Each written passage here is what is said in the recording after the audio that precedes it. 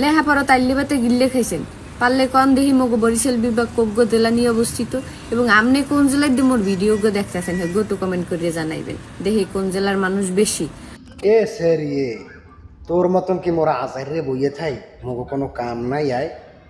আয় তুই আও দুদিন পর পর ফল না তার কথা লই একটা আয়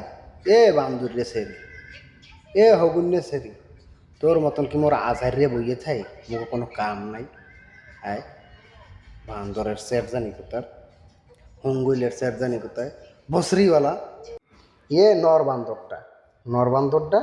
তুই আওনি অনলাইনে তুই একজন বিশাল বিজ্ঞানী হয়ে যাইছ না বিশাল শিক্ষিত